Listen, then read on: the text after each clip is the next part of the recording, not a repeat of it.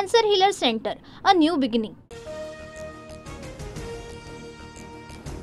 पहलगाम हल्ल्यावरून महाविकास आघाडीमध्ये मतभेद. आता दहशतवाद्यांना शोधणं महत्त्वाचं, कुणाला काढा असं मी बोलणार नाही.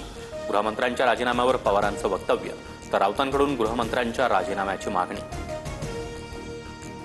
पवारांच्या धर्मावरच्या वक्तव्यावरून वाद. पहलगाममध्ये धर्म विचारून मारलं का याबाबतचं सत्य माहिती नाही.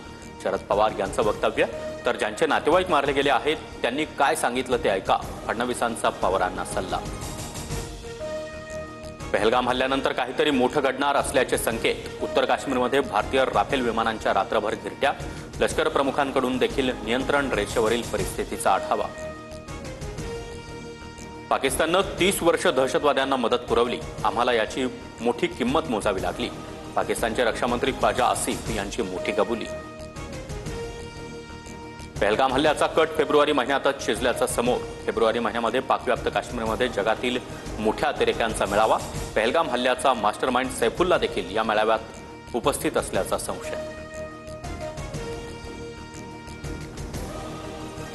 पहलगाममधील हल्ल्याच्या निषेधार्थ दिल्लीमध्ये काँग्रेसचा कॅन्डल मार्च. काँग्रेसला कॅन्डल मार्च करण्यापासून पोलिसांनी रोखलं.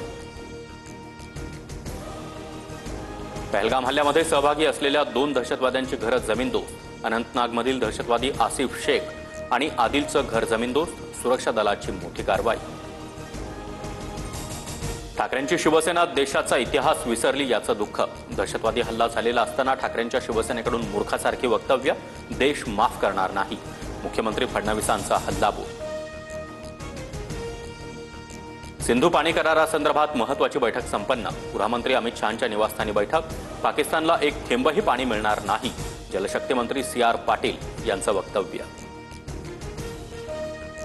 केंद्रीय गृहमंत्री अमित शहांची सर्वच राज्यातील मुख्यमंत्र्यांसोबत चर्चा. पाकिस्तानी नागरिकांना तात्काळ परत पाठवण्यासह संबंधित व्हिसा रद्द करण्याचे आदेश.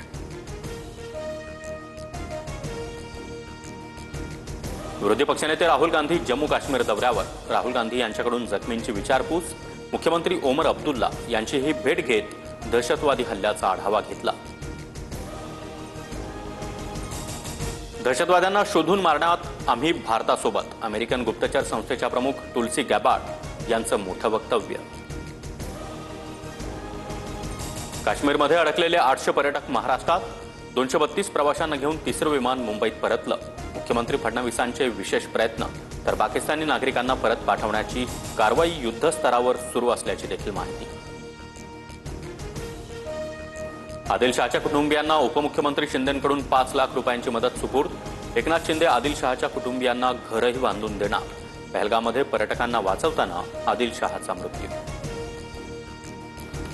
भारतीय सैन्याचा राजस्थानमध्ये युद्ध सराव. भारत फ्रान्सकडून आणखी 26 राफेल विमानं खरेदी करणार. फ्रेंच राजदूतांच्या उपस्थितीमध्ये करारावर स्वाक्षरी होणार.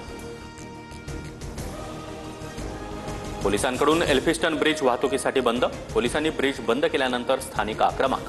कोणत्याच ठिकाणी करावं यासाठी स्थानिकांचं आंदोलन. Cancer Healer Center, a new beginning.